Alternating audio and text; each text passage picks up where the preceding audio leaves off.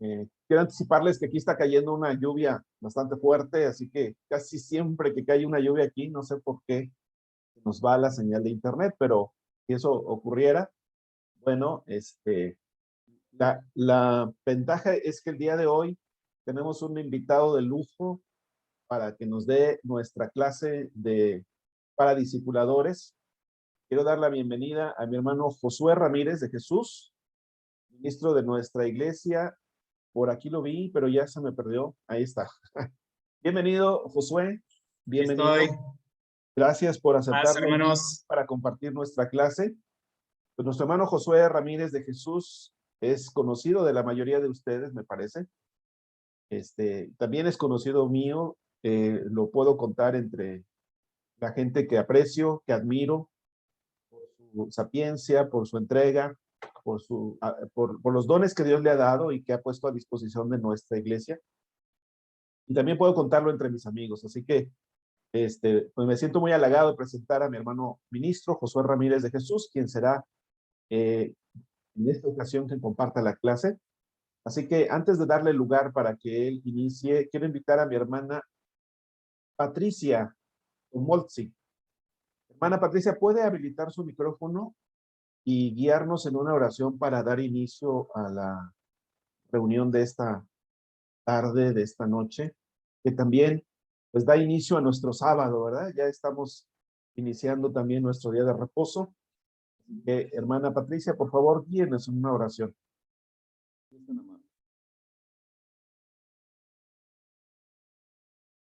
Permítame habilitar su micrófono.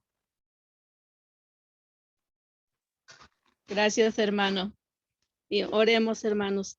Bendito Padre, le damos muchas gracias, Señor, por este día tan maravilloso que nos permite vivir, Señor, y porque estamos ya dispuestos para escuchar su voz.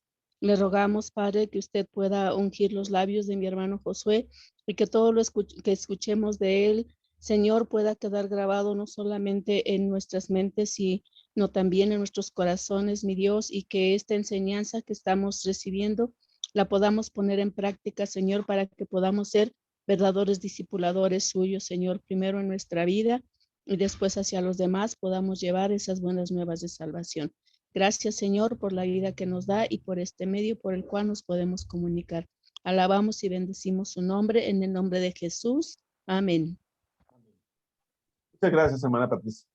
Bueno, pues sin más preámbulo, hermanos, doy lugar a mi hermano ministro Josué Ramírez de Jesús, que nos comparte desde Toluca, Estado de México, la clase de hoy, la clase número 6. Así que bienvenido, Josué, te dejo la palabra. Muchas gracias. Me encuentro en Cuernavaca, no estoy en Toluca, en esta ocasión me encuentro en Cuernavaca y desde aquí voy a transmitir. Y los saludo con mucha alegría, hermanas, hermanos, Dios les bendiga abundantemente, paz a sus vidas. Me siento muy alegre de compartir también esta clase de discipulado.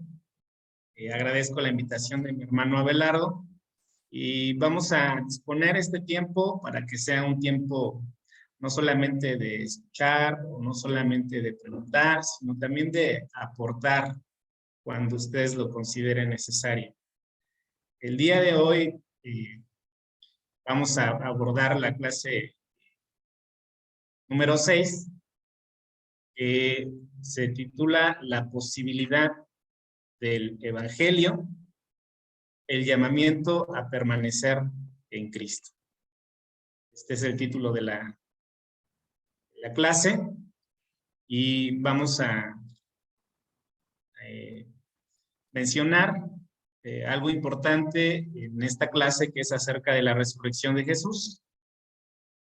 La posibilidad del Evangelio, el llamamiento a permanecer en Cristo. Cuando nosotros hablamos de posibilidad, estamos hablando también de opciones y estamos hablando también de libertad. Quiero poner un ejemplo. Si yo quisiera contratar un servicio de internet, tengo la posibilidad de buscar algunas alternativas. Y entre esas alternativas, bueno, tengo Telcel, tengo Telmex, tengo Total Play, tengo Megacable y quizás algunas otras que se me escapan. Pero si yo vivo en una región donde solamente hay un operador que me da ese servicio, entonces ya no tengo posibilidad, ya no puedo elegir, ya solamente me tengo que reducir a esa opción.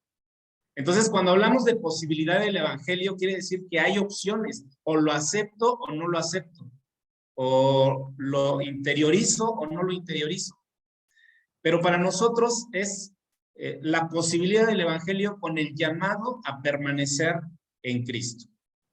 Y vamos a mencionar que el discipulado, como ya muchos lo conocemos, es un proceso en el que se presenta el poder de la resurrección y la manifestación de la nueva vida como una vida abundante y en consecuencia la nueva identidad del creyente y las nuevas experiencias, perdón, reconciliación, justificación, redención y santificación.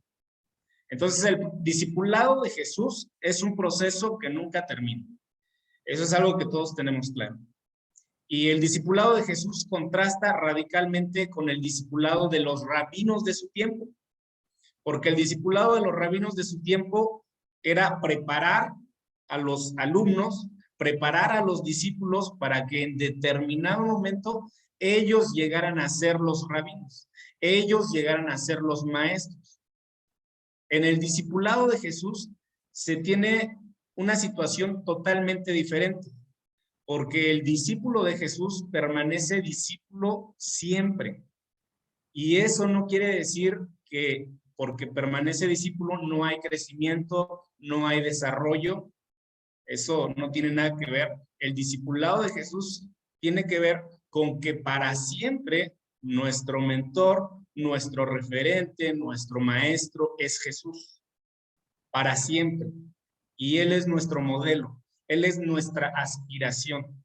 Entonces, en este proceso de crecimiento y de discipulado, vamos a entender eso. Es un discipulado totalmente diferente en el que siempre vamos a permanecer discípulos, pero también como discípulos tenemos la oportunidad de discipular. Lo vamos a ver. Se presenta el poder de la resurrección. Fíjense que lo vamos a abordar, hermanos.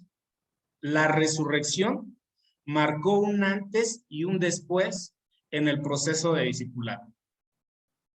Sin la resurrección de Jesús, el discipulado que él estaba haciendo se hubiese quedado truncado. Simplemente murió el maestro y hasta ahí quedó la enseñanza, hasta ahí quedó el legado, la herencia que este maestro tenía con sus discípulos. Mas, porque resucitó, se tiene la posibilidad de un nuevo discipulado, de una nueva manifestación de ¿qué? De nuestra identidad en el perdón, la reconciliación, la justificación, la redención y la santificación. Entonces, de entrada, vamos a quedarnos con esta idea. La resurrección marcó un antes y un después en el discipulado. Podemos decirlo de esta manera, que la resurrección es un evento fundante. Marca un antes y un después. No pueden permanecer las cosas iguales. Ese es un evento fundante.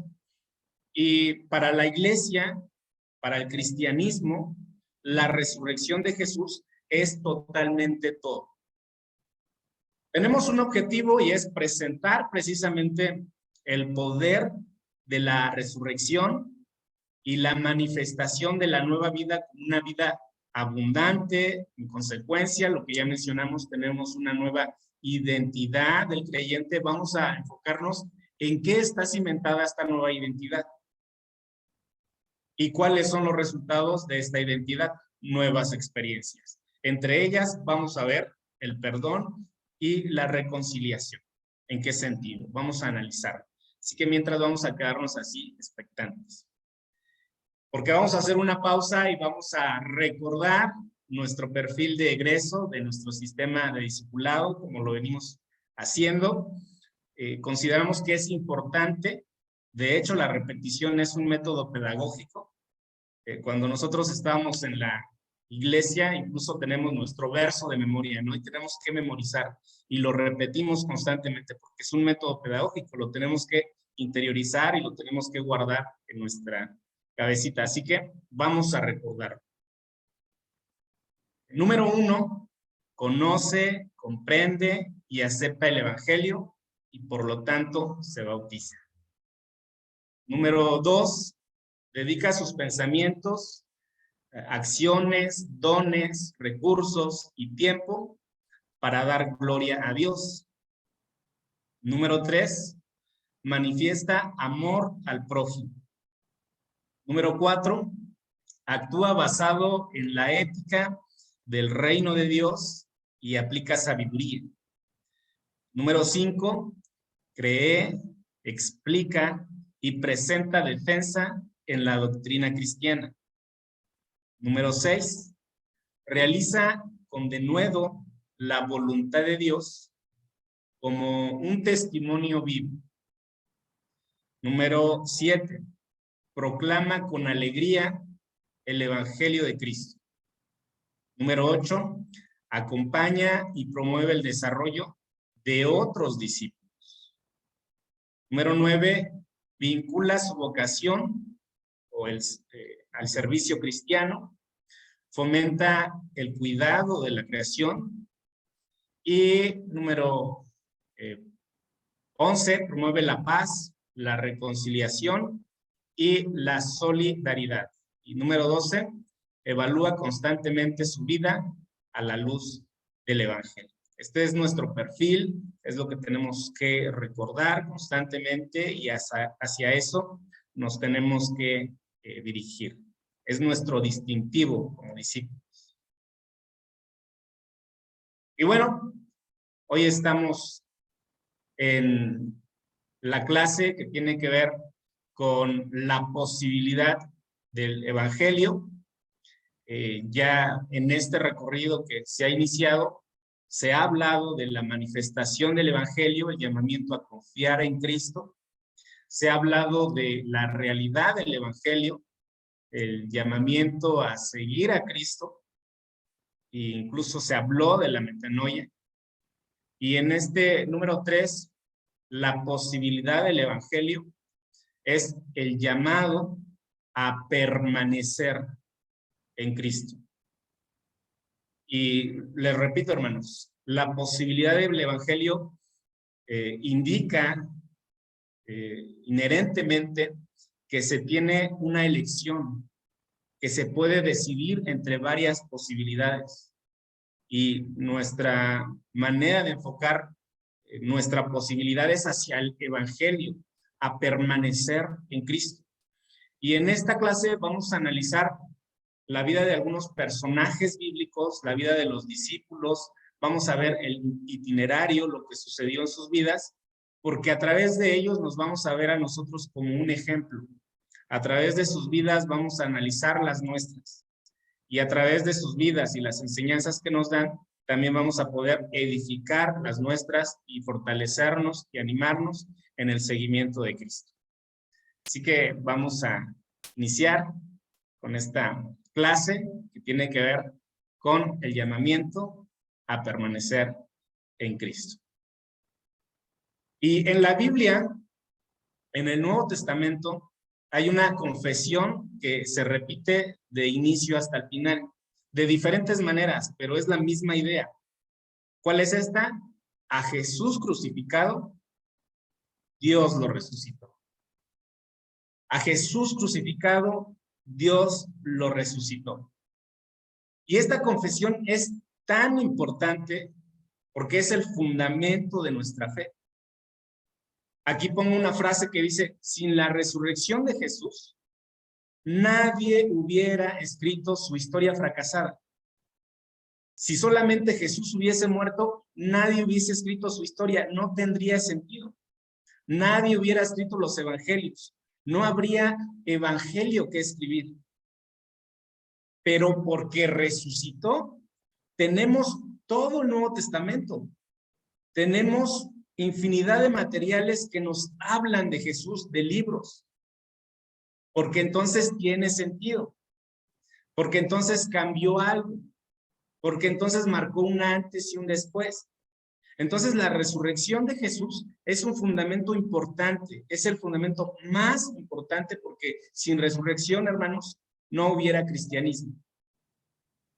Pero a Jesús crucificado, Dios lo resucitó.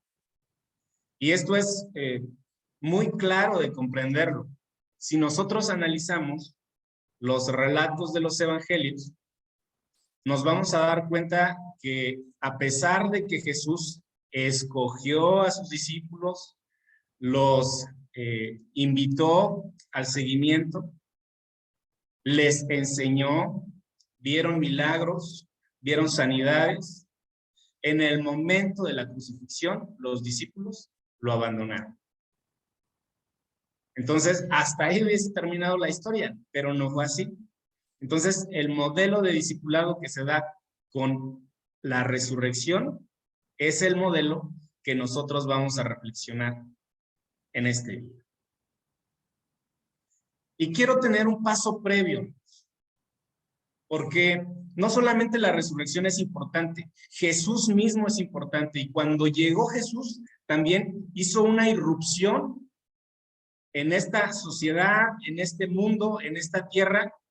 Pero antes de Jesús había ciertas ideas, ciertas comprensiones acerca de Dios.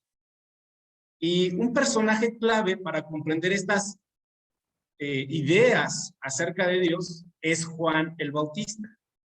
Entonces, previo a hablar de la resurrección, quiero poner en contexto la diferencia que hay entre Juan y Jesús. Así que vamos a tener un retrato espiritual. El día de hoy vamos a ser muy bíblicos porque vamos a leer muchos textos. Así que les pido que me ayuden a ver cuál es el retrato espiritual de Juan el Bautista y vamos a hacernos esta pregunta. ¿En qué Dios cree Juan? ¿Será el mismo Dios que nos presentó Jesús? ¿O hay algunas diferencias que tienen que ser notorias y que tienen que ser identificables para nosotros para no caer en el modelo que está presentando Juan y dejar a un lado el modelo que está presentando Jesús? Entonces vamos a ver este retrato espiritual de Juan el Bautista. Y vamos a Lucas capítulo 3.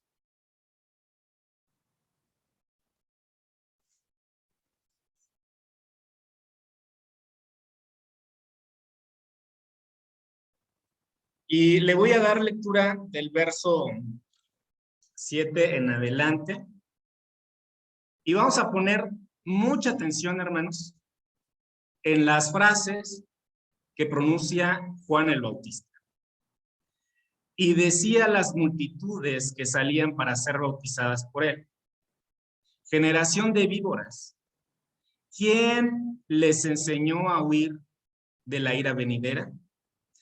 Hagan, pues, frutos dignos de arrepentimiento, y no comencéis a decir dentro de vosotros: tenemos a Abraham por padre, porque os digo que Dios puede levantar hijos a Abraham aún de estas piedras. Además, fíjense lo que dice, hermanos, mucha atención. El hacha ya está puesta a la raíz de los árboles. Por tanto, todo árbol que no da buen fruto se corta y se echa al fuego. La gente le preguntaba diciendo: entonces, ¿qué haremos? Respondiendo les decía: el que tiene 2 túnicas, dé al que no tiene, y el que tiene que comer, haga lo mismo.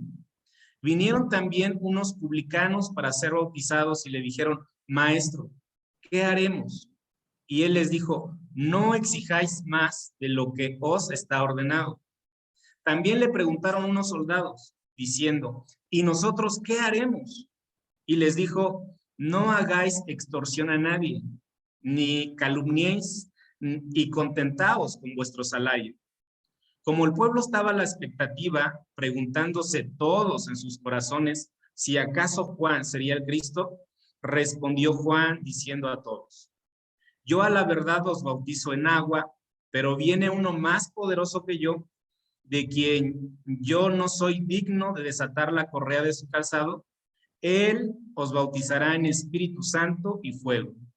Su aventador, nuevamente otro instrumento, ya mencionó el hacha y aquí dice, su aventador está en su mano para limpiar su era.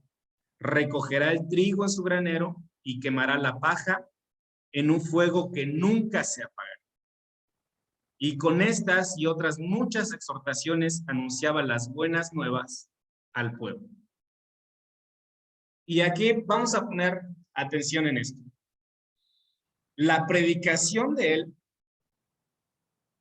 que es un llamado al arrepentimiento, menciona al que va a venir después de él y lo menciona con ciertas características. Dice que él ya viene con un hacha en la mano y que ya está listo para dar el hachazo. Si son buenos frutos, lo va a dejar que dé buenos frutos, pero si son malos frutos, no va a pensar dos veces en dar el hachazo. También dice que viene con un aventador, con un instrumento para separar el grano y para quemar la paja en un fuego, dice, que nunca se va a apagar. Y en esta predicación hay al menos 3 grupos de personas que se acercan a él y le hacen la misma pregunta. Un primer grupo no lo menciona específicamente, simplemente dice muchos, una multitud, dice que le preguntó, ¿qué debemos hacer? Ante la predicación de Juan, dicen, ¿qué debemos hacer? Yo, ¿qué voy a hacer? Igualmente se acercó otro grupo, los publicanos, y preguntaron, ¿qué haremos? Y también se acercaron los soldados y también preguntaron, ¿qué haremos?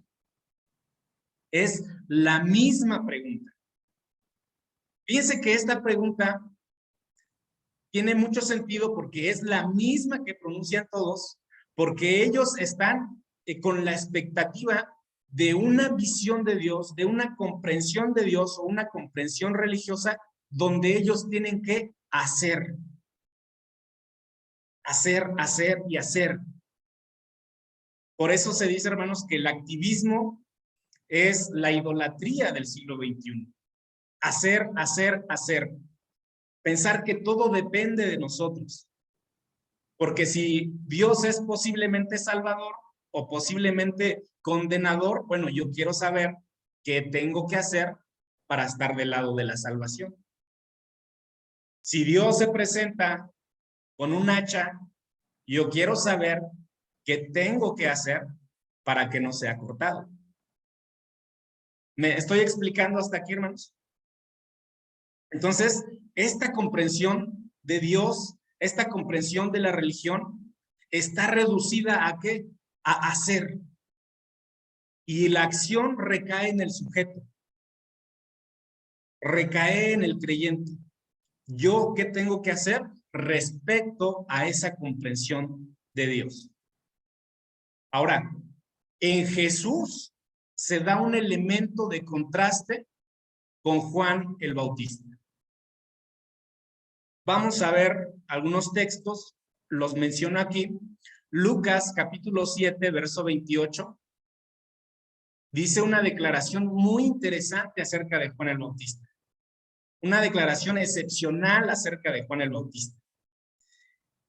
Y dice, les digo que de todos los hombres que han vivido, nadie es superior a Juan. Sin embargo, hasta la persona más insignificante en el reino de Dios es superior a él.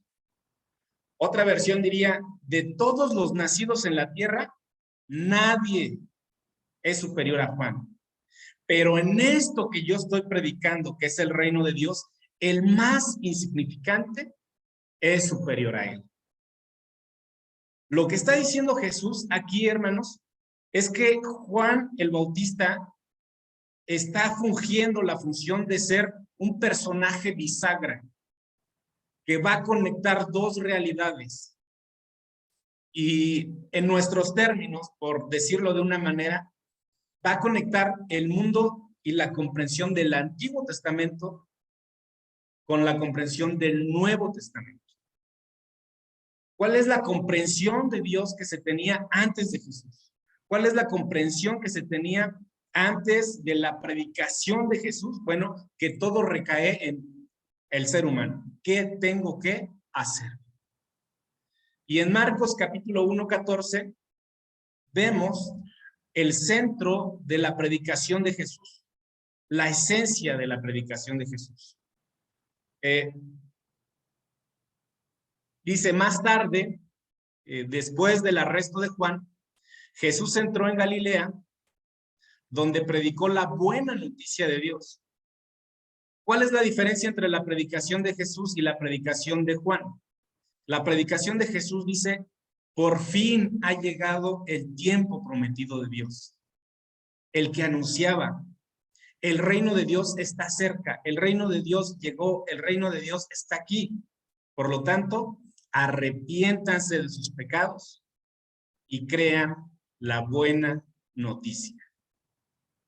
Arrepiéntanse de sus pecados y crean la buena noticia, porque el reino de Dios se acercó, porque el reino de Dios llegó. Y es una comprensión diferente. ¿Qué instrumentos se mencionan en la predicación de Juan, hermanos? El aventador y el hacha, dice, ¿verdad? Y esos instrumentos están listos para ejecutarse. Porque esa es la comprensión de Dios. Dios ya viene dispuesto a hacer juicio. Sin embargo, en la predicación que Jesús da, en el relato de las bienaventuranzas, nos presenta una visión también de Dios que es muy diferente. ¿Cuál es esa comprensión de Dios? No lo vamos a leer todo, solamente mencioné algunas frases que les dice, sean como vuestro Padre, sed pues perfectos como vuestro Padre. ¿Y cómo es nuestro Padre? ¿Y cómo es el Padre de Jesús? ¿Trae el hacha? ¿Tiene el aventador? No, ¿verdad? ¿Cómo es el Padre de Jesús? ¿Está dispuesto a hacer juicio? No. Dice que hace salir su sol sobre buenos y malos. Y hace llover sobre justos e injustos. Esta es una diferencia, hermanos, abismal entre la imagen de Juan que tiene de Dios y entre la imagen que presenta Jesús acerca de Dios. Los estudiosos llegan a afirmar que en algún momento Jesús perteneció a los discípulos de Juan. De hecho, fue bautizado por él. Pero que en algún momento se separó debido a la comprensión que se tenía de Dios. Y aquí nos estamos dando cuenta que realmente es una comprensión diferente.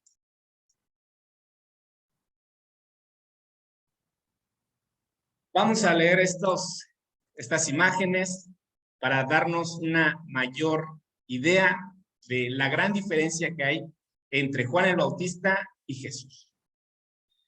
Dicho de alguna manera, la predicación de Juan el Bautista es: conviértete para que llegue el reino de Dios. Y la predicación de Jesús es: porque el reino de Dios ha llegado, conviértete. ¿Notamos la diferencia, hermanos? Uno es: conviértete para que llegue. Y el otro es: porque ha llegado, conviértete. Ahora, en la predicación de Juan el Bautista, el reino de Dios llega bajo el signo del juicio. Lo vemos en sus instrumentos en las manos. Ya está listo con el hacha.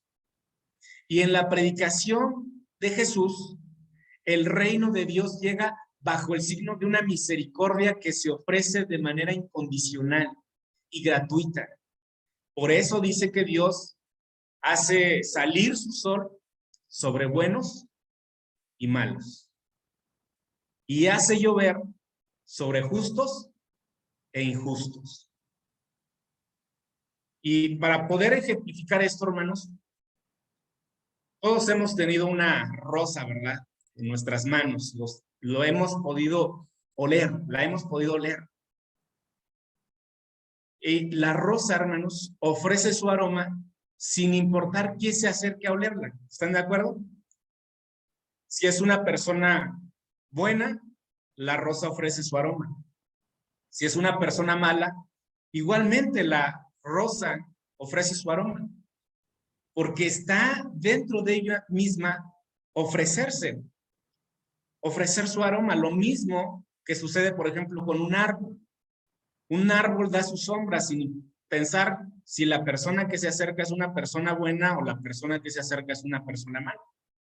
Ofrece, porque está dentro de sí. Bueno, el Dios que nos presenta Jesús es un Dios de misericordia, que actúa de la misma manera, con buenos y con malos, que hace salir su sol, que da lluvia, sin importar si sean justos e injustos. Tengo otra imagen que lo puedo mencionar de esta manera. La dividí en la persona, aquí está Juan, está Jesús, está su teología, está la realidad que ellos ven, está la antropología, es decir, el quehacer del ser humano, está la lógica que manejan y está la espiritualidad en la que desembocan. Vamos a ver el primero. En la persona de Juan tiene la idea de un Dios simétrico. Para entender esto que es un Dios simétrico o entender esta idea es causa y efecto, es decir, se corresponde. Y aquí pongo una imagen. ¿Ven donde dice simétrico? Que está dividida la imagen en dos partes y estas dos partes son iguales, ¿verdad? No hay diferenciación. Son exactamente iguales. Se corresponde causa y efecto. Eres bueno, te va a ir bien. Eres mal, está el hacha listo. ¿Cuál es la realidad que ve? El ser humano como deuda. Somos deudores ante Dios. Y la antropología, la pregunta fundamental que le hacen, ¿qué tengo que hacer? Su lógica es de la equivalencia, lo que he mencionado insistentemente. Si Dios es posiblemente salvador, ¿qué tengo que hacer para que Dios me salve? Y si Dios es posiblemente castigador, ¿qué tengo que hacer para que no me castigue? Esto desemboca en una espiritualidad del esfuerzo. Yo me tengo que esforzar. Yo tengo que hacer. Yo tengo que trabajar para que venga el reino de Dios, para que se manifieste la bondad de Dios. En cambio, en la predicación de Jesús se ve una teología asimétrica. Y tengo la imagen también ahí. Supongamos que es un árbol, pero no se corresponden las dos imágenes, están divididas. Una es de una manera y la otra es de otra, porque no hay causa y efecto. La imagen que Jesús presenta de Dios es un Dios que hace salir su sol sobre buenos y malos y hace llover sobre justos e injustos. Y aquí el quehacer del hombre ya no está tanto en lo que nosotros tenemos que hacer, sino en lo que recibimos de Dios. En lo que Dios hace por nosotros. Y esto es muy fácil, hermanos, y constantemente ejemplificado por Jesús en las parábolas. Por ejemplo, tenemos la parábola de la oveja perdida. Hay una oveja que se pierde, ¿y qué hace la oveja, hermanos? Nada, ¿verdad? Incluso cuando el pastor la encuentra, ¿qué hace el pastor? Ni siquiera la oveja camina de regreso a casa. ¿Qué hace el pastor? La toma sobre sus hombros y regresa. En la parábola del hijo pródigo, por ejemplo, ¿qué hace el hijo cuando regresa? Pues simplemente se dejó encontrar por el padre, regresó y el padre va corriendo hacia él. El padre le pone un anillo, el padre lo viste, el padre hace una fiesta. Nos damos cuenta, hermanos, la diferencia ya no está en el hacer, sino en lo que recibimos de Dios. Y entonces aquí la lógica es que Dios es un Dios que tiene demasiado amor, un exceso de amor, una superabundancia de amor. De hecho, el texto bíblico menciona así, que cuando el pecado abundó, ¿qué pasó, hermanos? Sobreabundó, ¿qué cosa? La gracia, ¿verdad? Hay una superabundancia de Dios. La espiritualidad que esto genera ya no es una espiritualidad del esfuerzo, sino una espiritualidad de la fuerza que proviene de Dios. Esa es la gran diferencia entre estos dos personajes, hermanos, entre Juan el Bautista y Jesús. ¿Por qué digo esto, hermanos? Porque cuando llegamos a la enseñanza de sus discípulos, después de que Jesús murió y después de que Jesús resucitó, vamos a ver qué línea van a seguir, hermanos. ¿Van a seguir la línea de Juan o van a seguir la línea de Jesús? En el primer discurso del día del Pentecostés, que se encuentra en Hechos, capítulo 2, vamos a ubicarnos ahí, hermanos. Hechos, capítulo 2.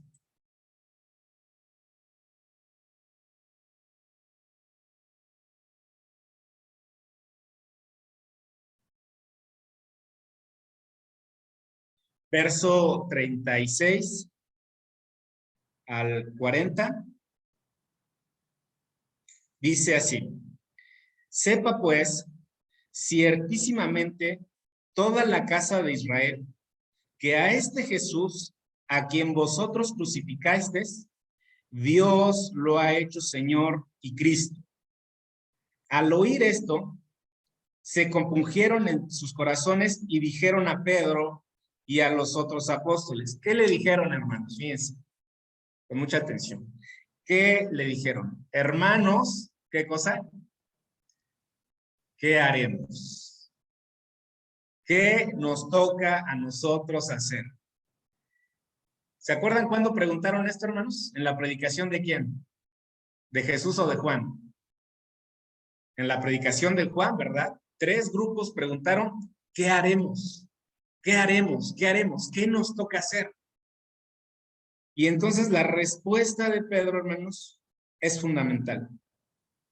Y Pedro les dijo, arrepentíos y bautícese cada uno de vosotros en el nombre de Jesucristo para perdón de pecados. ¿Y qué, hermanos? Recibiréis el don del Espíritu Santo. Nos damos cuenta, hermanos, en el cuadro de atrás, donde dice antropología, es decir, lo que le corresponde al hombre,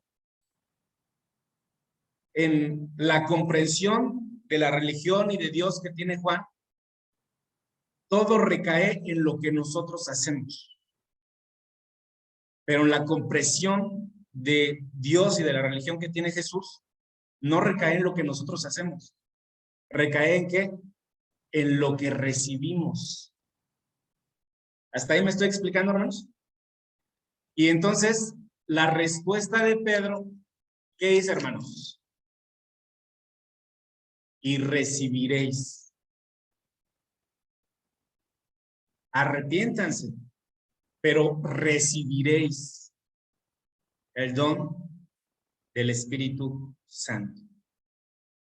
Ahora, ¿cómo es que Pedro llegó a esta comprensión después de la resurrección de Jesús? Bueno, la resurrección de Jesús, hermanos, entonces, es el inicio de la historia para nosotros. Es cierto que prosigue la historia del Antiguo Testamento, pero más bien hace de ella un preámbulo que todo apunta hacia Jesús. Y de Jesús, el punto fundamental es la resurrección. Lo que marcó el antes y el después es la resurrección. Jesús envía a los apóstoles, anuncia su vuelta, da instrucciones a los discípulos y abre una nueva historia. La palabra clave, hermanos, es nueva historia, porque previo a su resurrección, Jesús vivió momentos muy importantes con sus discípulos, pero después de su resurrección se abre una nueva historia. El sentido de la resurrección es que Jesús permanece con ellos, con sus discípulos, y prosigue en su misión, en la de ellos. Resucitó para estar siempre con ellos. No resucitó para quedarse a la diestra del Padre recibiendo homenaje de los ángeles y de los hombres, sino para acompañar y guiar a su iglesia en el mundo. Por eso es este énfasis constante en la resurrección, porque es el inicio de una nueva historia. La posibilidad del evangelio para nosotros sí lo abrazamos. Es el llamamiento a permanecer en Jesús. Ya lo conocimos de alguna manera previo a la resurrección, pero con la resurrección ya lo conociste de una manera, pero el llamado es a permanecer con él. Y vamos a ver esta historia o este movimiento de la siguiente manera. Vamos a tener claro que cuando Jesús murió, algo sucedió con los discípulos. Y los discípulos, hermanos, no continuaron, no se sentían ellos continuadores del mensaje de Jesús, no se sentían ellos con la capacidad de continuar su legado. Es más, con la muerte de Jesús, todo lo que ellos vivieron, ahí terminó. Y vamos a ver algunos de los textos.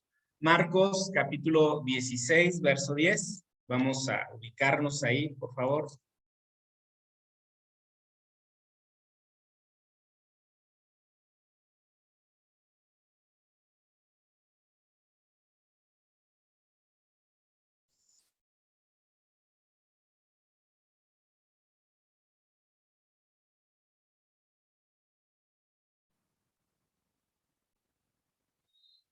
¿Qué sucedió?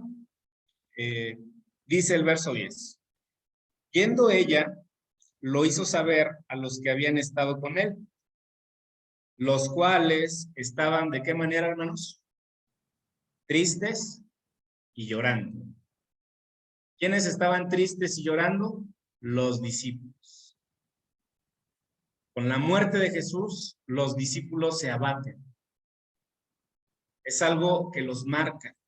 Es algo que los deja temerosos, es algo que los deja tristes, llorosos. Mateo 28, 17.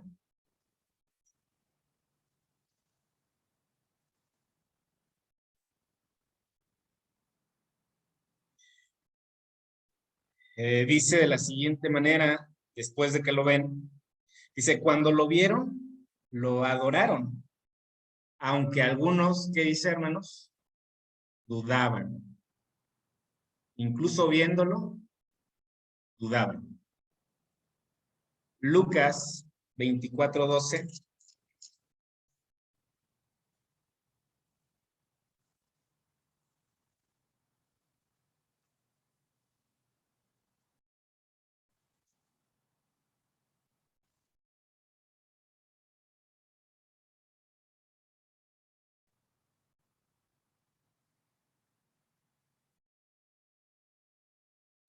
Dice Pedro, sin embargo, levantándose, corrió al sepulcro y cuando miró dentro, vio los lienzos. Y después de que entró al sepulcro, hermanos, y después de que vio los lienzos, ¿qué hizo? Se fue a casa maravillándose de lo que había sucedido. ¿Se maravilló? Sí se maravilló, pero ¿qué hizo? Se regresó a su casa. No continuó con la predicación. No continuó con el legado de Jesús. No continuó con la enseñanza de Jesús. Se fue a su casa. Incluso lo vamos a ver más adelante en algunos textos. Dice él que decide volver a su anterior trabajo. ¿Cuál era su anterior trabajo, hermanos? Pescador. Entonces, esto es lo que sucede con los discípulos, hermanos. ¿Cuánto tiempo estuvo Jesús con los discípulos en su ministerio, hermanos? Aproximadamente 3 años, ¿verdad? 3 años, 3 años y medio. Algunos lo mencionan. Bueno, esos 3 años, hermanos, se quedaron ahí. No hay continuación. No hay permanencia con Jesús. ¿Hasta aquí me estoy explicando, hermanos? Ahí quedó la historia de Jesús. Hasta este momento quedó. Por eso leíamos al inicio una frase: sin la resurrección, hermanos, nadie hubiese querido contar su historia. Ni siquiera los mismos discípulos tenían ganas de continuar su historia. Ni siquiera el mismo Pedro, que le dijo, mi vida daré por ti, estuvo con él y no estaba dispuesto a continuar su historia. ¿Por qué digo que no estaba dispuesto a continuar su historia, hermanos? ¿Qué hizo? Se regresó a su casa y también se regresó a su anterior trabajo. Cuando se regresa a su anterior trabajo, hermanos, hagan de cuenta que le puso una lápida a toda la historia que había vivido con Jesús. Y hasta ahí quedó. Sí, fueron enseñanzas ricas. Sí, Jesús les dijo que el que quiera venir en pos de mí, niéguese a sí mismo, que tome su cruz cada día, sígame. Bueno, sí hubieron enseñanzas, pero la realidad, hermanos, es que cuando Jesús murió, esa historia terminó ahí. Ese tipo de discipulado terminó ahí. Entonces, con la resurrección se va a marcar un antes y un después también en el discipulado. Porque el discipulado va a ser diferente. Porque este discipulado hasta ahí quedó. El discipulado ahora va a ser diferente y va a tener otros elementos. Vamos a ver cuáles son. Tenemos que tener claro esto. Se da una nueva llamada. Y vamos a ponerle un nombre a esta nueva llamada. El discipulado post-resurrección. Es decir, después de la resurrección. ¿Qué características tenía? Bueno, entre la llamada de Jesús en Galilea antes de la resurrección y la que hará después de la resurrección también en Galilea, hay una situación que no debe ser minimizada. ¿Cuál es esa situación? Pues es el abandono de todos en el momento de mayor debilidad de Jesús en el Getsemaní. Lo que se da en este intermedio de estas dos llamadas, hermanos, es el abandono de todos. Sí hay dos llamadas de Jesús. Una cuando inicia su ministerio y otra después de que resucita. Son dos llamadas. Y entre estas dos llamadas, lo que está en medio es el abandono total de sus discípulos. En los momentos de mayor debilidad, cuando más necesitaban de ellos, lo abandonaron. Cabe mencionar que el discipulado de estos dos hermanos no fue el único. Hay otro tipo de discípulos. Incluso están las mujeres que no lo abandonan, sino que permanecen con él. Pero bueno, nos centramos en este grupo de dos. Y vamos a leer ahora Marcos capítulo 14, verso 50.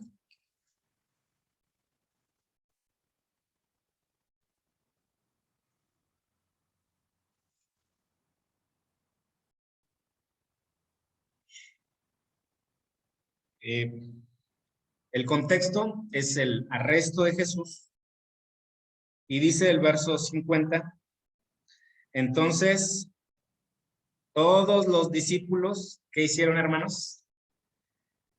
Dejándolo, huyeron. Fíjense que es enfático, hermanos. No dice algunos, no menciona nombres. Dice entonces, ¿quiénes? Todos los discípulos, dejándolo, huyeron. Y vamos ahora a Mateo, capítulo 26.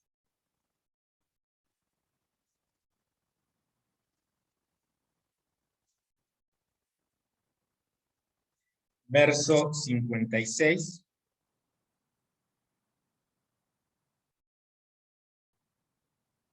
Dice, pero todo esto sucede para que se cumplan las escrituras de los profetas. Y termina diciendo el verso 56, lo mismo. Entonces, ¿quiénes, hermanos? Todos los discípulos, dejándolo, huyeron. Mismo contexto del arresto de Jesús. Lo narra Marcos, lo narra Mateo.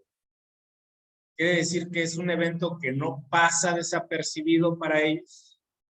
Y lo que no pasa desapercibido, lo que se menciona, es porque es importante en los evangelios.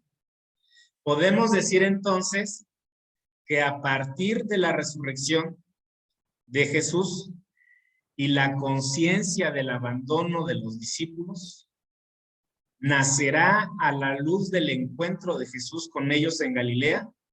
¿Qué cosa, hermanos? Una nueva disposición. Y mucha atención, hermanos. ¿Qué cosa van a hacer? Un nuevo discipulado. Pero para que nazca este nuevo discipulado, hermanos, hay una comprensión de ellos. Hay una interiorización de ellos. ¿En qué sentido?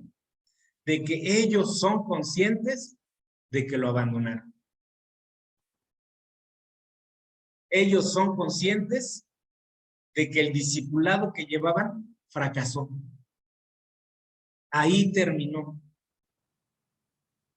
Y es a partir de esta nueva comprensión de que fallaron y esta nueva comprensión del llamado que nace un nuevo discipulado. Y este nuevo discipulado también tiene ciertas características. ¿Cuáles son? La fuerza de este nuevo discipulado, que repito, y tenemos que marcar esto, hermanos, que lo podríamos llamar discipulado post-resurrección, es decir, después de la resurrección, no depende de la fidelidad de ellos con respecto a Jesús. Entonces, ¿de qué depende? De la fidelidad de Él respecto a ellos. ¿Se entiende esta frase, hermanos? ¿Se comprende? Que en este nuevo discipulado, hermanos, se da no porque ellos fueron fieles. Ellos saben que no fueron fieles. Ellos saben que abandonaron. Ya lo leímos, hermanos, en los evangelios. Entonces, ¿en qué se sustenta este nuevo discipulado? Si yo, en el anterior discipulado, lo que hacía no fue suficiente, lo que hice fracasó. En este nuevo discipulado no depende de lo que nosotros hacemos o de la fidelidad nuestra, sino que de la fidelidad de Jesús para con nosotros. No depende de la fidelidad de nosotros para con Él, sino de la fidelidad de Él para con nosotros. ¿Se dan cuenta, hermanos, que a pesar del error, a pesar del fracaso, por así decirlo, Jesús sigue siendo fiel a ellos, hermanos? Jesús sigue siendo fiel a ellos. ¿Qué es lo que reciben ellos? La misericordia. El hacer, como decía Juan el Bautista, ahí quedó. ¿Qué haremos? Bueno, lo que hicieron, ya se vio el resultado. Por eso es que en esta nueva comprensión de Dios, hermanos, que nos muestra Jesús, el énfasis recae en lo que recibimos. Cuando nosotros nos cerramos a una comprensión de la espiritualidad, de Dios o de religión, a lo que nosotros hacemos, en el hacer, en el hacer, en el hacer, en el activismo, hermanos, nos estamos perdiendo de esta gran parte que hace Jesús para con nosotros. Jesús es fiel a sus discípulos, aunque ellos lo abandonaron. Entonces, lo maravilloso de esta nueva relación que se establece después del abandono de ellos, a la luz de la resurrección de Él, es que Jesús los vuelve a encontrar. Y una vez más, ¿qué hace, hermanos? Les confía su misión evangelizadora. Algo queda claro. Jesús no cuenta con fieles y poderosos superhombres capaces de dar la vida por Él. Él ya lo sabe. Aunque se lo dijeron, mi vida daré por ti. ¿Qué sucedió ante la adversidad? Huyeron. Con temor, con llanto. Se escondieron, dicen los textos bíblicos. Jesús sabe que no cuenta con fieles y poderosos superhombres. Por eso es que nuestra relación con Él, hermanos, no se puede sustentar en lo que nosotros hacemos. Porque nosotros constantemente fallamos. Porque nosotros no somos lo que deberíamos ser. En esta nueva relación, hermanos, se va a sustentar con humildes hombres que han experimentado el miedo, que experimentaron la fragilidad y que experimentaron la traición. Esta es la nueva relación que se da con Jesús después de su resurrección. Se está cimentando, hermanos, el nuevo discipulado.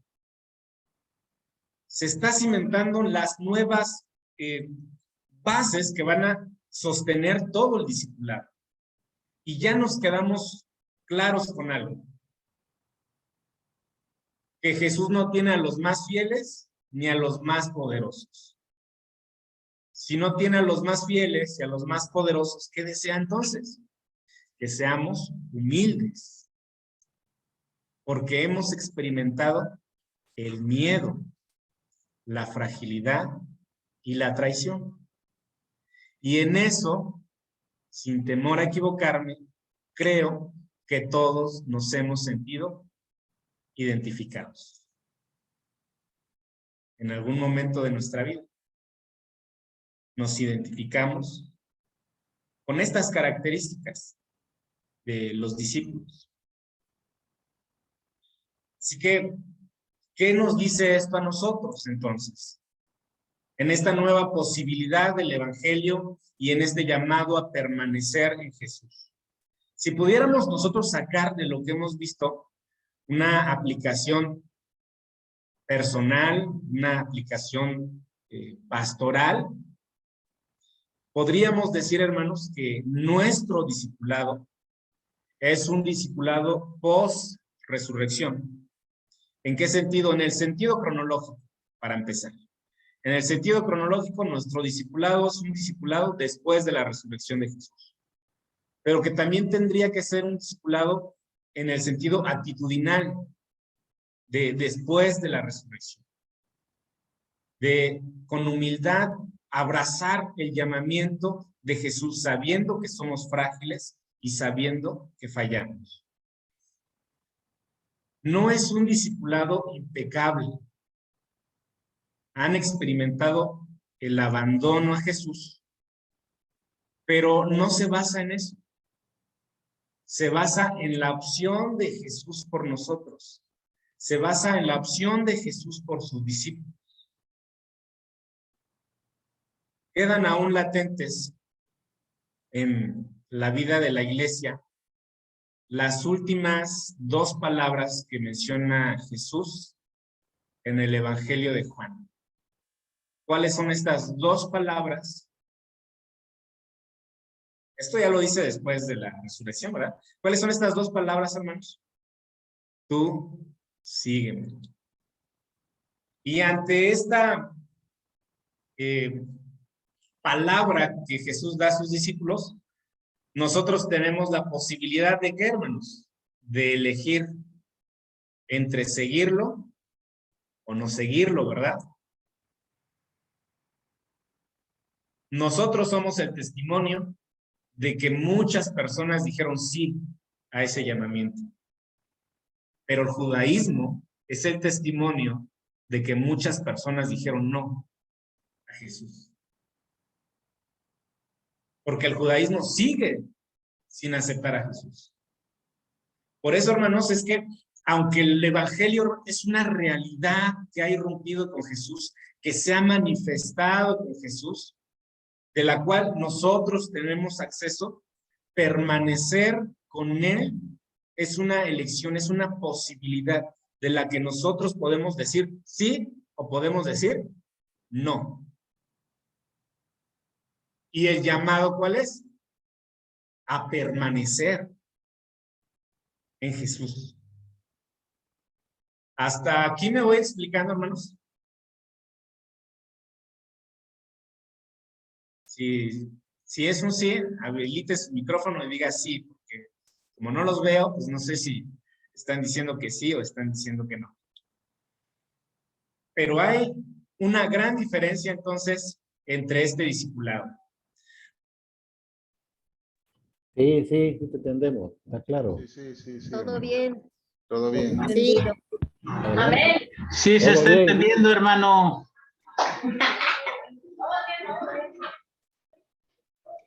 Sí, claro.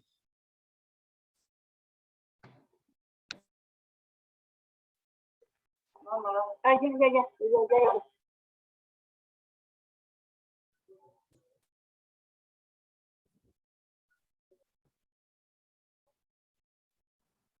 Entre lo que representa Juan el Bautista y lo que representa Jesús. Es una lógica muy diferente, hermanos. Ahora, si nosotros hacemos un análisis, voy a regresar unas diapositivas.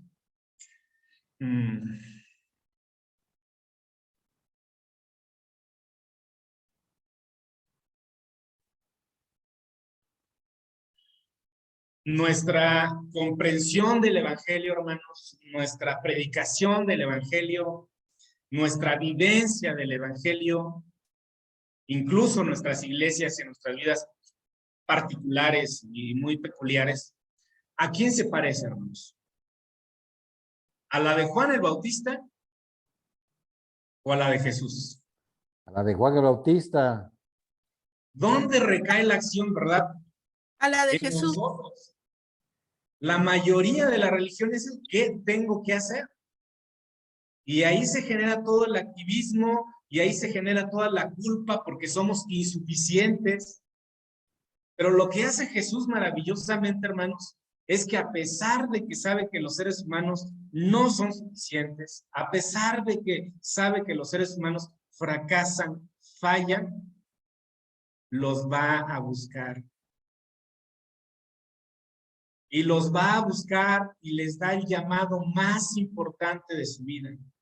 A pesar de que los discípulos, hermanos, cerraron la página que tenían con Jesús, el libro que tenían con Jesús, le pusieron una lápida y ahí pusieron cemento y aparentemente ya no iban a saber nada más de él, Jesús los va a buscar. Hay dos llamados entonces. Los dos suceden en Galilea.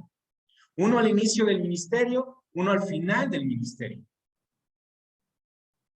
¿En cuál nos identificamos nosotros? Nuestro discipulado, hermanos, es post-resurrección. Amén. Después de la resurrección.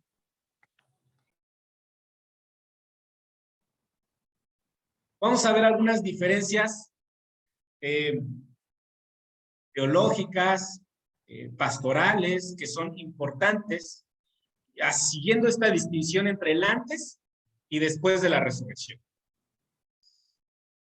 Algunas de estas diferencias son las siguientes. Número uno, que la misión confiada a los discípulos después de la resurrección tiene un mayor alcance de evangelización. Debe de llegar a todas las naciones. Y entonces, antes de la resurrección, ¿cómo era? Jesús mismo decía que él había venido a la casa de ¿quién, hermanos? De Israel. ¿Se dan cuenta? previo a la resurrección, el ámbito, el alcance de su evangelización o de su trabajo está reducido a la casa de Israel. Después de la resurrección, el alcance es mayor. Vayan por todo el mundo. Vayan a todas las naciones. Prediquen, vayan hasta lo último de la tierra. El alcance es mucho mayor. Número 2. Por primera vez, Jesús los manda a hacer discípulos. Fíjense. Ellos que han conocido no la fidelidad de ellos para con Jesús, sino ellos que han conocido la fidelidad de Jesús para con ellos, ahora son capacitados para ser discípulos. Y esta es una diferencia radical, hermanos. Porque miren, vamos a poner este ejemplo. Si los discípulos no hubiesen fallado, hermanos, y con esa seguridad en ellos, en sus acciones, en su fidelidad, van a predicar, no habría quizás la humildad, no habría quizás la tolerancia, la empatía hacia los demás, pero ahora ellos que se saben frágiles, ellos que se saben que han fracasado, que han abandonado, que han llorado, tienen la capacidad de hacer discípulos, porque ellos mismos son discípulos incapaces. Saben de dónde flaquea el ser humano.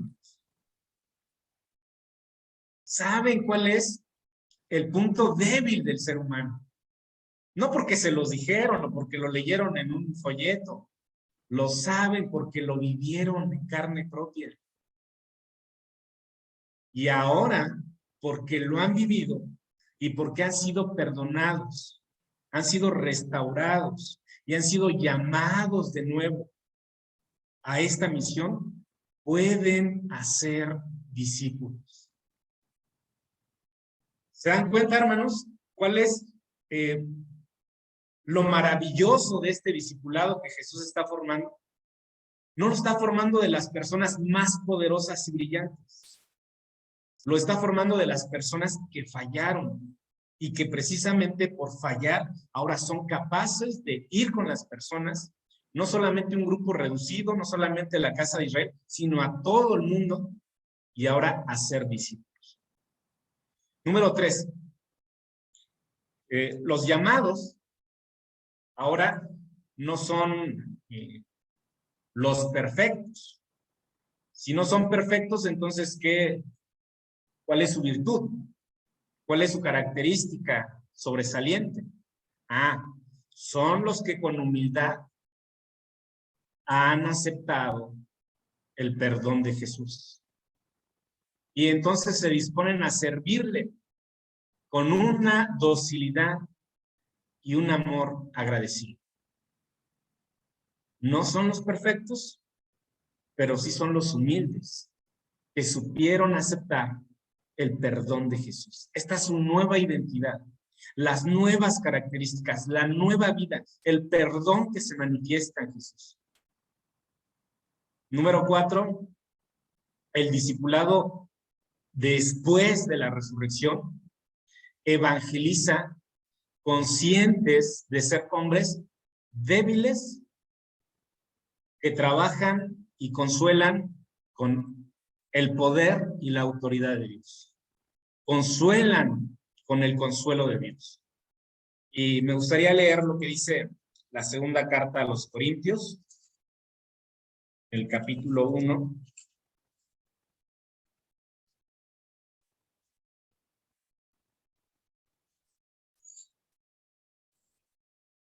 Versos 3 al 5.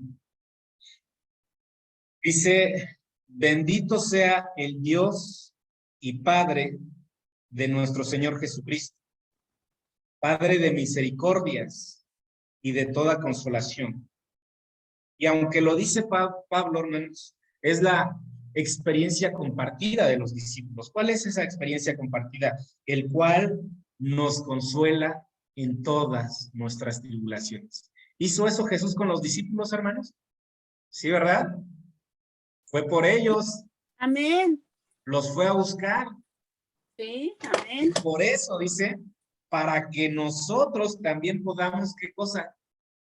Consolar a los que están en cualquier tribulación por medio de la consolación con que somos nosotros consolados por Dios. Amén. Es un discipulado consciente, hermanos, de esta situación. Para que nosotros podamos consolar a los demás, ya tuvimos una previa consolación de Dios con nosotros. Y por eso lo podemos hacer. Y por eso los discípulos se transformaron. Si antes eran temerosos, si antes se escondían, después de la resurrección, del llamado, de la nueva oportunidad que Jesús les da, se transforman totalmente en un nuevo discipulado, en un nuevo modelo de ser humano. No siguiendo el modelo de Juan el Bautista. Ese modelo de Juan el Bautista marcó una etapa, marcó a muchas generaciones, pero Jesús irrumpió en este mundo para revelarnos al Padre de una manera diferente, de tener una nueva relación con Él, directa, cercana, de perdón, de segundas oportunidades incluso. Son las diferencias que se desprenden de la vivencia, hermanos, entre el antes y después de la resurrección. Por eso a mí me interesa que nosotros nos llevemos esto, hermanos, en la mente. Sí existen dos modelos de discipulado de Jesús y de los discípulos, obviamente. Uno que se da previo a su muerte y resurrección, y el otro que se da post-resurrección. Si solamente se hubiese quedado, hermanos, la historia de Jesús previa a su resurrección, no hubiera cristianismo, no hubiera salvación para nosotros no seríamos cristianos, más como resucitó. A Jesús crucificado, Dios lo levantó. A Jesús crucificado, Dios lo resucitó. Ahora nosotros tenemos esa posibilidad de permanecer con Él. Pero no solamente tenemos esa posibilidad nosotros, sino que ahora nosotros somos llamados a seguir las características de Jesús. Llegar a todas las naciones. ¿Con qué, hermanos? ¿Con la predicación del hacha? ¿Con la predicación del aventador, hermanos? No, ¿O con la predicación Ya no. de la gracia que se recibe solamente, hermanos? A la cual nosotros nos abandonamos ante el misterio tan grande que representa Jesús. Ante esa realidad, ¿verdad, hermanos? Entonces, aquí tenemos que darnos cuenta, hermanos, que aunque Jesús irrumpió en este mundo para revelarnos al Padre, algunos quizás seguimos afianzados y aferrados al modelo de Juan el Bautista. ¿Qué tenemos que hacer? Cambiar el modelo de Jesús y dejarnos gobernar por él. Quiero que me ayuden a leer esta frase. Obviamente ustedes ahí, hermanos, en silencio, no habiliten su micrófono, pero todos juntos. Dice, si tal es el discipulado de todo cristiano, ¿qué dice, hermanos? Se puede soñar con ¿qué? Con una iglesia más humilde, con una iglesia misionera, con una iglesia santa. ¿Por qué humilde? Más humilde porque reconoce las veces que ha abandonado a Jesús. Más misionera porque está llamada a hacer discípulos a todas las naciones. Y más santa. ¿Pero por qué santa, hermanos? Porque se adentra en la íntima comunión con Dios. Entonces, ¿a qué modelo de discipulado nosotros debemos aspirar, hermanos? ¿A qué modelo de discipulado nosotros tenemos que incorporar en nuestra vida? ¿Qué modelo de discipulado nosotros tenemos que interiorizar? El modelo de discipulado post-resurrección de Jesús, con todas las características que tiene. Si ese discipulado, hermanos, fuera el de todo cristiano, entonces podríamos soñar con esto. Martín Lutero, un personaje muy importante para el mundo cristiano, evangélico, parte de su historia, hermanos, nos dice que cuando él comprendió la gracia de Dios, cuando él comprendió el don de Dios, toda su vida cambió. Fue un giro total. Y él dijo algo que me parece muy oportuno para nosotros y que pudiera darnos a nosotros línea de cuál es nuestra manera de actuar. Él dijo: Dios no te ama porque seas bueno o bello. Dios te hace bueno o bello porque te ama. ¿Se nota esa gran diferencia, hermanos? Dios no te ama porque seas bueno o bello. Dios te hace bueno o bello porque te ama.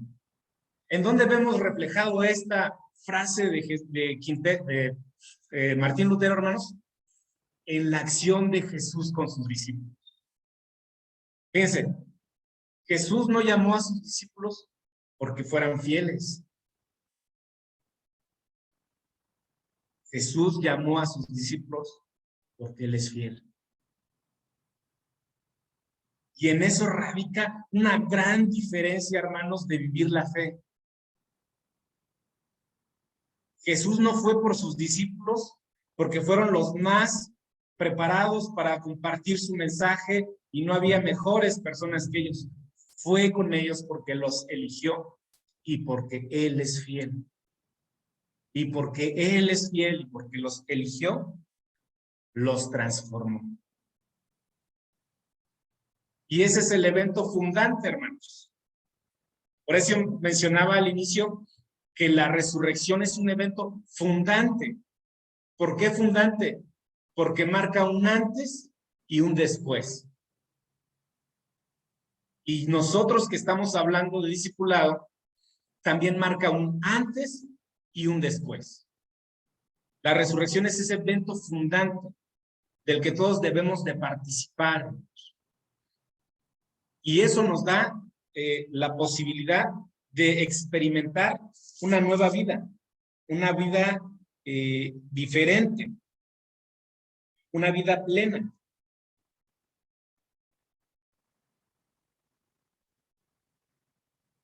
En la Biblia aparecen dos palabras que hablan de la vida y una palabra es bios.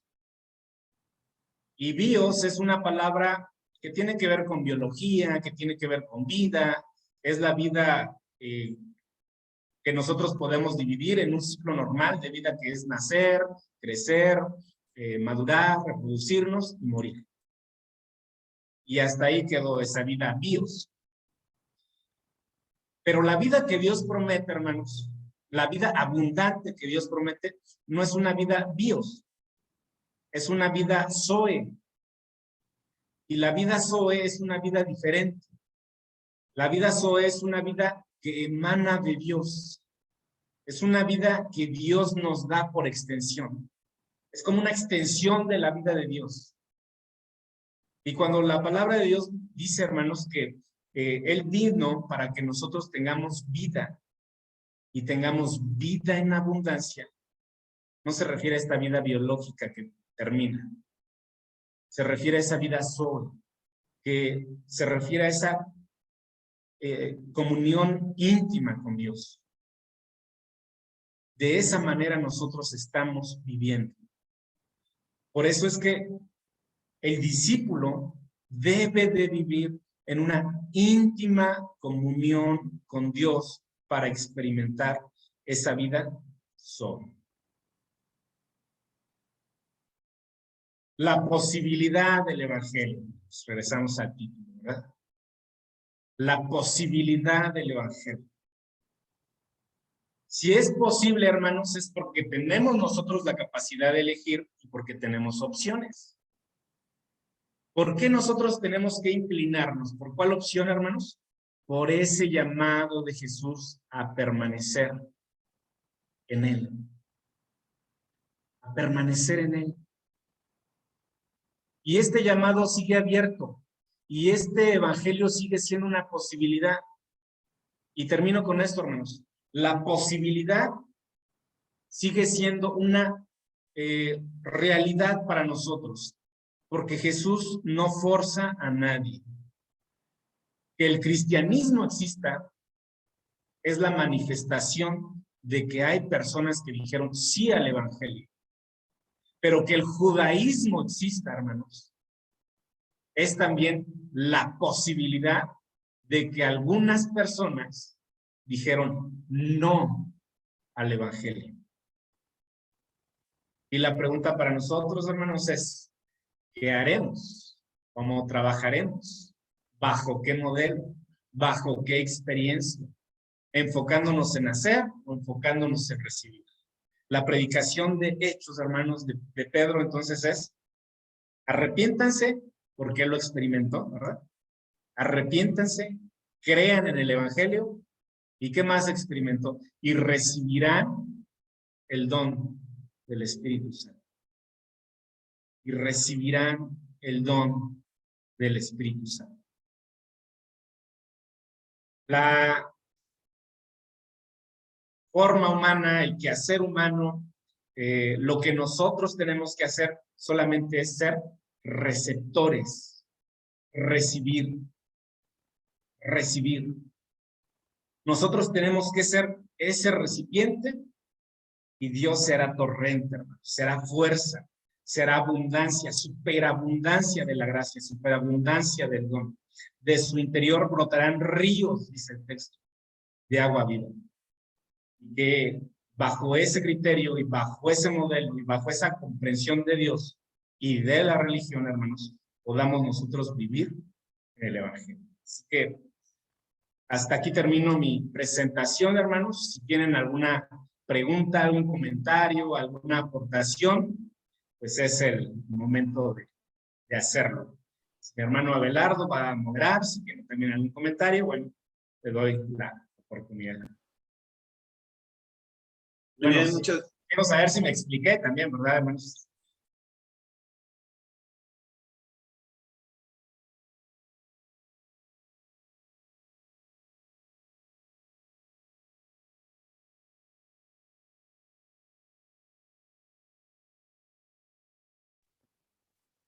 Muy bien, hermano, bien entendido todo lo que usted dijo. Gracias, hermana Patricia. Sí, nos da una perspectiva diferente de cómo se ha estado haciendo anteriormente y cómo debiera hacerse a partir de ya. Quiere ya trabajar el discipulado, ¿verdad? De la manera que Jesús nos ha mostrado y que Él trabajó con sus discípulos previamente. Así es, su misericordia y su gracia. A través de la misericordia. Gracias. Muy bien, hermano. Muy Gracias. bien. Muchas gracias, Josué, por tu participación. Si nos ayudas, dejando de compartir la pantalla, así podemos ver a los participantes. Muchas gracias. Bueno, hermanos, pues vamos a pasar algún tiempo de preguntas o de comentarios a la exposición. Si alguno de ustedes tiene alguna pregunta, ya sabe que puede solicitar la palabra, puede levantar su mano para hacer su pregunta o escribirla en el chat. Nosotros la podremos leer para que nuestro hermano Josué la comparta, la pueda atender. Así que, pues la oportunidad es suya, hermanos.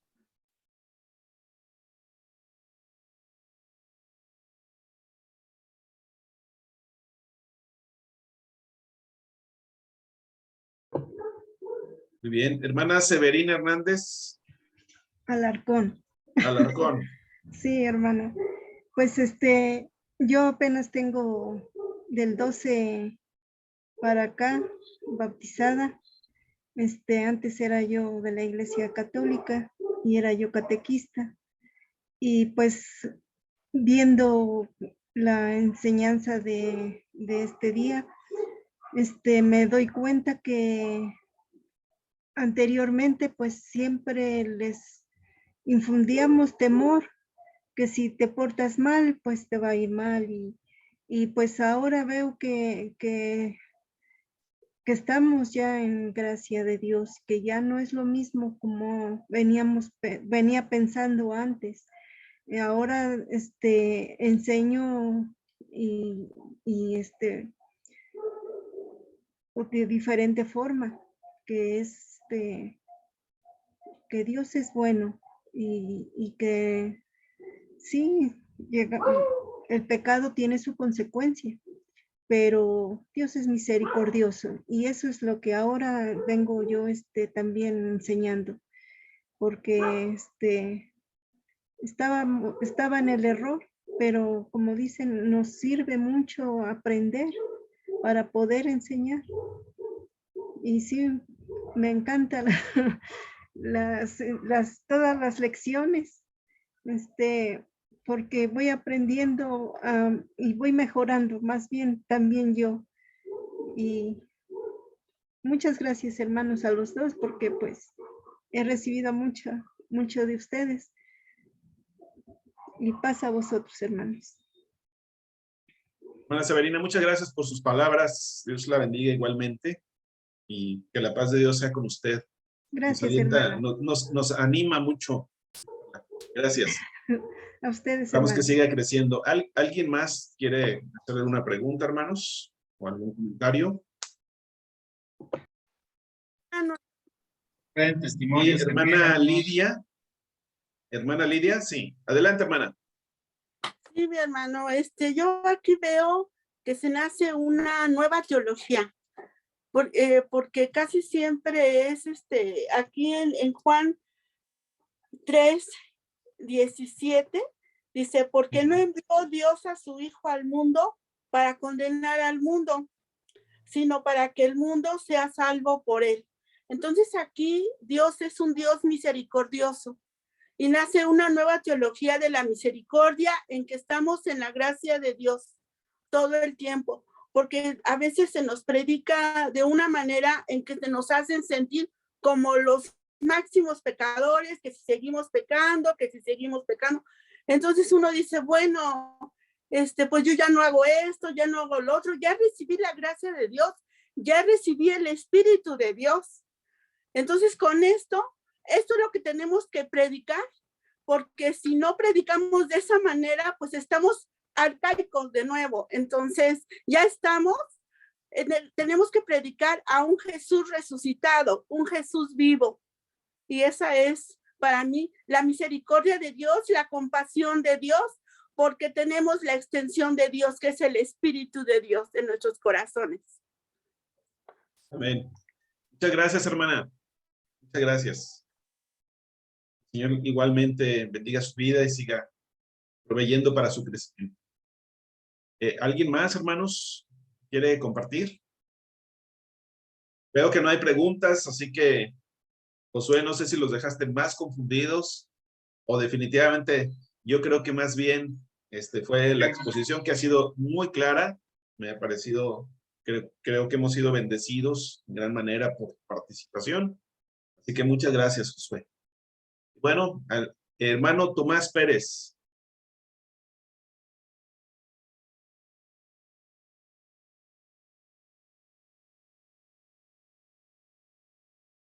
¿Tiene habilitado su micrófono, hermano? Hermano Tomás Pérez, me parece Sí. que... Sí, Ya. me parece que la predicación de Juan el Bautista de arrepentirse es importante todavía, ¿sí? Nos falta la humildad y el amor de Dios, el amor de Cristo que nos enseñó, pero desde Deuteronomio, hermanos, yo veo que cuando Dios dice, yo los he escogido a ustedes, no por ser los mejores o los más fuertes, los más poderosos. Los he escogido porque son los más insignificantes, ¿sí? Allí pues nos está dando una enseñanza de que no nos sintamos más, ¿sí? Que realmente seamos humildes. Es decir, yo veo que la predicación para el pueblo de Dios, para la iglesia de Dios, viene desde antes, mucho antes.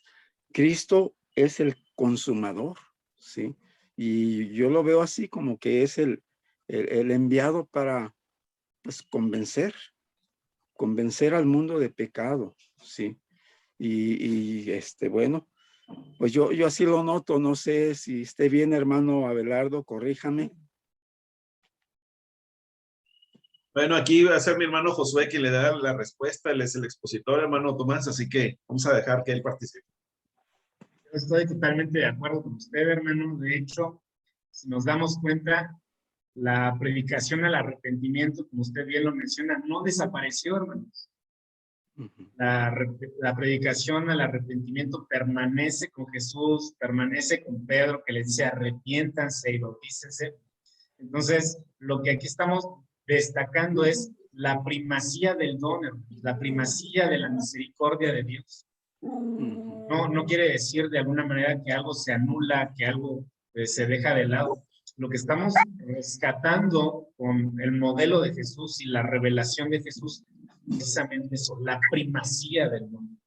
Cuando el pecado abundó, sobreabundó la gracia. Entonces, no desaparece, hermanos, la predicación al arrepentimiento, ¿verdad? De hecho, lo explicó muy bien nuestro hermano Abelardo en la clase pasada, ¿verdad? Acerca de la metanoia. Entonces, permanece. Muy bien. Bueno, muchas gracias, Josué, por tu respuesta. Hermana Rachel González. Pasamos, hermanos. Realmente, hermanos, ¿verdad? Y lo mencionan en los comentarios.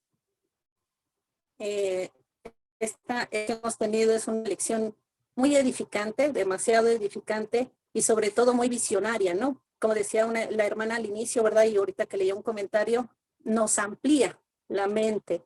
Aquí, hermanos, pues es hacer. Como decía el hermano al inicio, no es hacer, pero es hacer, es tener un cambio. Como decía, retomé algunas cosas interesantes por ahí. Esa parte del reencuentro, la nueva relación, nadie la va a hacer, hermanos, nadie. Si nosotros no somos, como dicen ahora los jóvenes, ¿verdad? Virales con todos los que están alrededor nuestro, en los medios, en las redes sociales, en la iglesia, en las diferentes sociedades en las cuales participamos, para que exhortemos realmente a nuestros hermanos a esta nueva relación, a tener ese llamado, más bien a escuchar ese llamado, ese sígueme de parte del Señor, con esas características que veíamos ahorita, ¿verdad? Y que si bien no nos es fácil porque estamos viviendo en la carne, realmente podamos tomarnos de la mano del Maestro y entonces demostrarlo, hermanos, no dejarlo otra vez aquí en el curso, no dejarlo otra vez en el video, ¿verdad? Sino hacerlo vivo realmente en nuestros corazones. Gracias, hermanos. Gracias, hermano expositor. Dios le bendiga.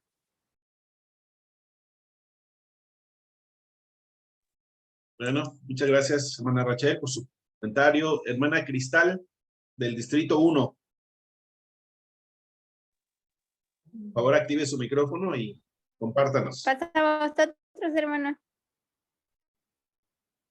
A vos, Paz. Ya, a vos. Pasamos, hermano. En mi comentario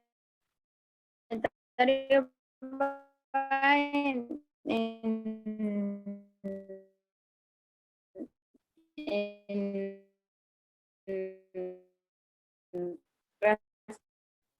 bueno, en forma de me resultó muy donde está, ¿no? Ya está. Hermana Cristal, me parece que hay problemas con su conexión porque yo no la estoy escuchando con claridad. No sé si sea el único, pero me parece que no podemos escuchar lo que nos está compartiendo. Entonces, si nos hace el favor, pues puede escribir, por favor, ahí en el chat su comentario, o la otra sería que apagara su video y solo deje el audio y a lo mejor mejora la conexión, ¿verdad? A ver. ¿Ya se escucha más? Sí. ¿Ya se escucha? Sí. Ah, okay. Sí, hermano. Comentábamos la otra vez durante las escuelas sabáticas que nosotros nos comportamos de acuerdo pues a la misericordia de Dios y a la gracia que hemos recibido. Es decir, nosotros hacemos las cosas en respuesta a, no por, o sea, porque ya somos salvos, es que nosotros nos comportamos como el Señor manda que hagamos, no porque vayamos a ganar, sino porque ya somos parte de. Entonces, esto tiene que tener una consecuencia en todos los ámbitos y sí implica un hacer, pero un hacer no como, válgase la redundancia, que no deseamos obtener, sino porque ya somos, es que hacemos, no porque vayamos a merecer algo, ¿verdad? Porque ya somos salvos y ya estamos viviendo en la gracia y en consecuencia de esto nosotros nos comportamos conforme a los preceptos de nuestro Señor Jesucristo. Así es. Bueno, muchas gracias, hermana Cristal. Entiendo que es un comentario. Bueno, hay otros comentarios, saludos y felicitaciones, Josué, en el chat.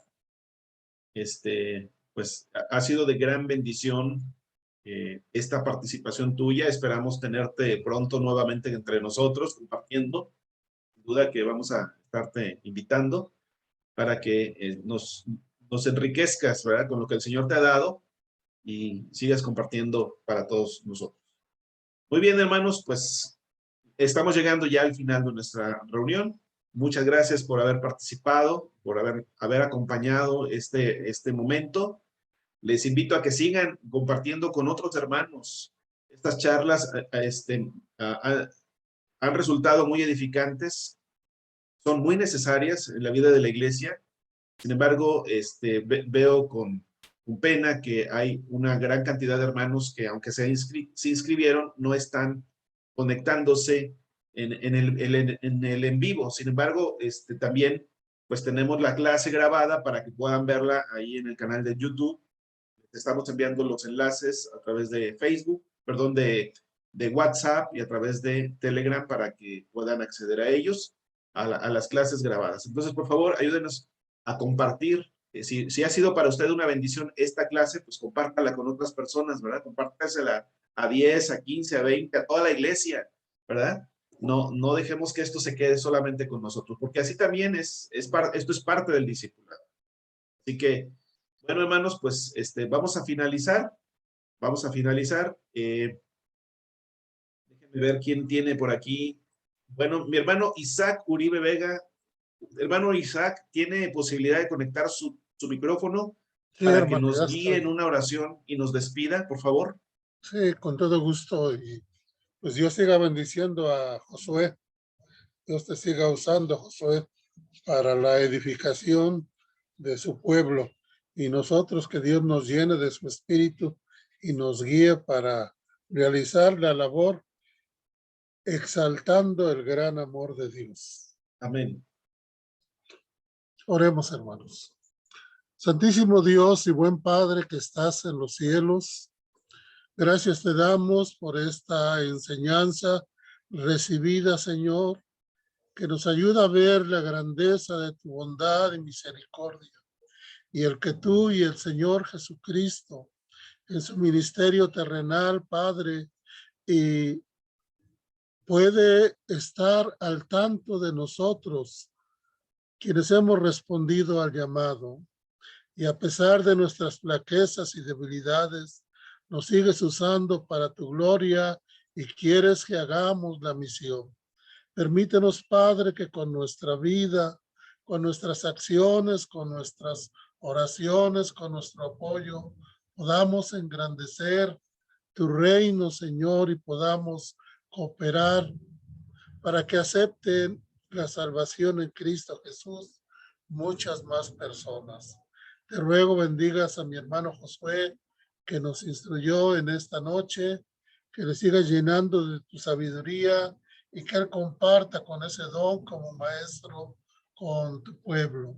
También bendice a nuestro hermano Abelardo, que está al frente de esta actividad, y permite, Padre, que los trabajos sigan adelante y que la iglesia se concientice para realizar esta grandiosa labor. Te rogamos nos despidas en paz, nos des un dulce sueño y permitas, Padre, que este sábado lo disfrutemos, Padre, plenamente en la comunión contigo y los unos con los otros. Te lo rogamos todo, Señor, en el nombre de Jesucristo, nuestro bendito Salvador. Amén.